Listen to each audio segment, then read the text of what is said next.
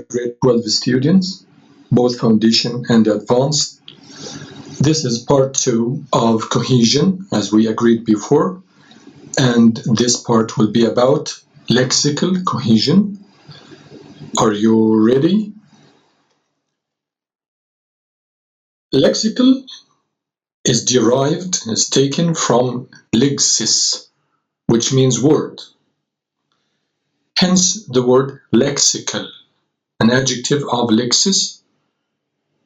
Lexical cohesion studies relations between words. And there are 4 elements, as we've seen before. 4 elements or devices or features or techniques of lexical cohesion. They are repetition of the same word, synonymy, antonymy, and collocation. Study these examples. Number 1, repetition. Repetition means that the writer or the speaker is using the same word or phrase more than once in order to achieve certain effect on the listener or the speaker. This is a very famous quotation from Dickens in his first page of A Tale of Two Cities. It reads, "It was the best of times, it was the worst of times, it was the age of wisdom, it was the age of foolishness." So how many times was the phrase "it was" repeated? 4 times. This is repetition. Number 2, synonymy. Synonymy means using the words with the same meaning. For example, he spends his leisure time reading, whereas his friend spends his free time playing. Number 3, antonymy. Antonymy means using words with opposite meaning. So the train reaches the station at 3:57 and leaves at 4. Reaches and leaves are quite opposite. Kindly answer this question. How many antonyms did Dickens use above? How many antonyms? Remember, antonymy, opposite meaning. So please go up. How many antonyms are there? Yes. How about the word best? The opposite of best? Very good. Worst? Next. Yeah, very good. Wisdom, and the opposite is foolishness. That's quite great. Number 4, collocation. Collocation is a common combination of words. For example, he enjoys jogging on a pristine beach on a clear night. Do you notice pristine with beach and clear with night? Very good. Now you have 2 groups of questions, 4 questions each. Please go ahead.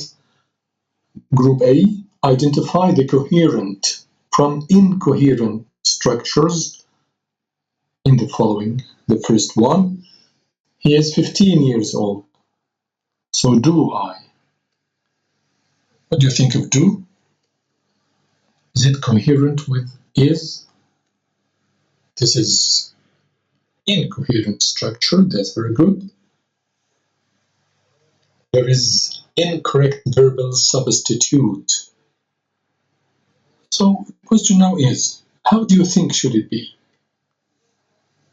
He is 15 years old, so am I. Very good. Number 2. Reach the school, go ahead and then turn right. I think, is this a coherent structure? You are right. That's very good. Number 3, he went to school. They will be home at 2 p.m. Do you find any relation between he and they? Exactly no. So this is incoherent structure. Number 4, a cat caught a mouse. The car broke down. I went swimming. What do you think? There is no relation at all between the three subjects of the three sentences. You are right. This is quite incoherent structure. Let's move to the second group. The question is, what feature of cohesion is used in these sentences? Question number 5. Try to avoid traffic congestion in rush hours. You are going to have the 4 choices every time in these 4 questions. Repetition, synonymy, antonymy, and collocation. Think of the correct answer, keep it aside, and give mark to yourself. Number 6. Early to bed, early to rise. Try to pick out 2 features of cohesion in question number 6. Number 7. He did his work quickly and hastily went home. Choose. Number 8. A job is not worth doing unless done properly. The same choices. Are you finished? Now let's check your answers. The relation between rush and hours. This is collocation. That's very good. The relation between early and another early. So this is repetition. This is the first feature. The second is very good. The relation between to bed, which means to sleep, and to rise. This is quite antonymy. Now, quickly and hastily are the same meaning. They are synonymous. This is synonymy. And there is a cancelled elliptic part here. This is a passive structure. A job is not worth doing unless it is done properly. So this is ellipsis. That's very good. Now, are you ready for critical thinking? Okay.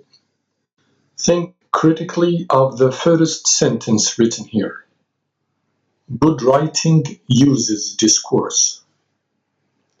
Is it good writing or good writers or a good writer?